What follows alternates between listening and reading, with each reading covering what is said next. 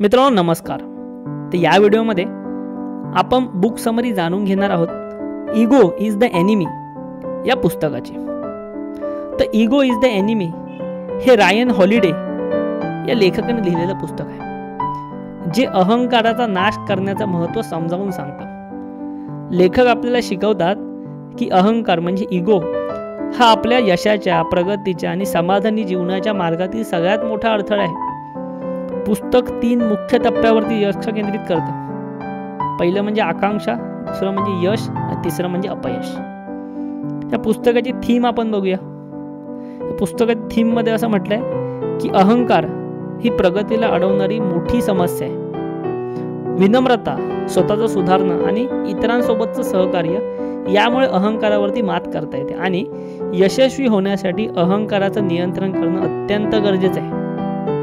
तर आता आपण हे पुस्तकाची अगदी चॅप्टर वाईज बुक समरी बघून घेऊया. पहिलं म्हणजे आकांक्षा, यश मिळवण्याचा पहिला टप्पा. आकांक्षा म्हणजे तुम्हाला यशस्वी व्हायची इच्छा किंवा ध्येय. मात्र अनेकदा अहंकार आपल्या क्षमतांना गृहीत धरतो आणि त्याप्रमाणे चुकीचे निर्णय घेतो. महत्त्वाचे मुद्दे म्हणजे काय की अहंकार तुम्हाला वास्तविकतेपासून दूर नेतो. स्वतःचं अज्ञान मान्य करण्यासाठी विनम्रता खूप जास्त आवश्यक आहे. यामुळे काय करायचं, शिकण्याच्या प्रक्रियेला प्राधान्य द्या, मोठ्या ध्येयावरती लक्ष केंद्रित करा आणि अहंकाराला तुमच्या यशाच्या आड येऊ देऊ नका.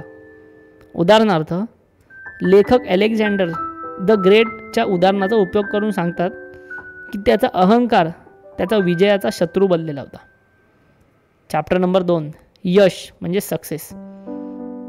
यश मिळाल्यानंतर अहंकार आपल्याला आळशी आणि निष्क्रिय बनवतो. यशाला अडथळा बनू न देण्यासाठी सतत सुधारणा करत राहा. विनम्रतेने आणि लवचिकपणे लोकांशी वागा. यशानंतरही तुमची शिकण्याची वृत्ती कायम ठेवा आणि इतरांच्या यशाचा देखील आदर करा आणि त्यांच्याशी स्पर्धा करणं टाळा.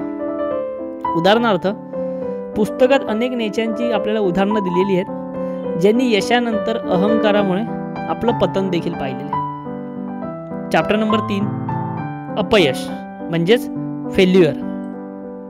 अपयश आलं की अहंकार तुम्हाला दुसऱ्यावरती दोष टाकायला किंवा परिस्थिती स्वीकारायला नकार देतो.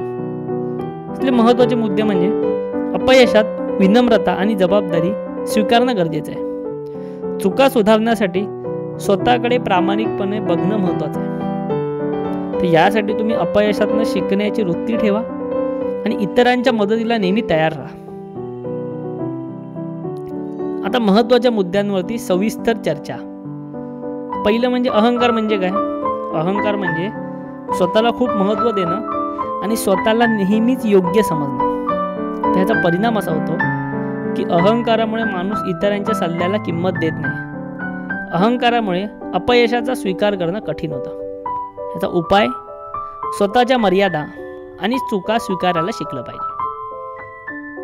त्यानंतर मुद्दा नंबर 2, विनम्रतेचं महत्त्व.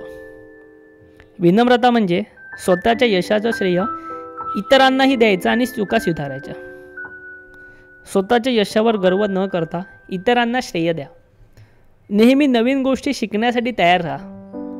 विनम्रता तुमचं सामाजिक आणि व्यावसायिक आयुष्य सुधारतं. मुद्दा 3, सतत शिकण्याची वृत्ती, द ग्रोथ माइंडसेट.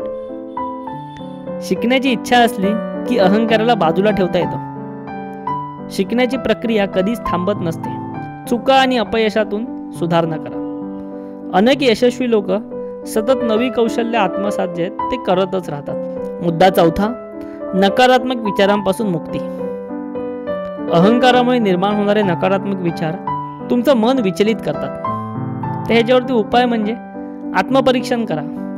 स्वतःला प्रोत्साहन द्या, पण अति आत्मविश्वास मात्र टाळा. त्याचा परिणाम काय तर मन अधिक शांत राहतं आणि निर्णय योग्य होतात.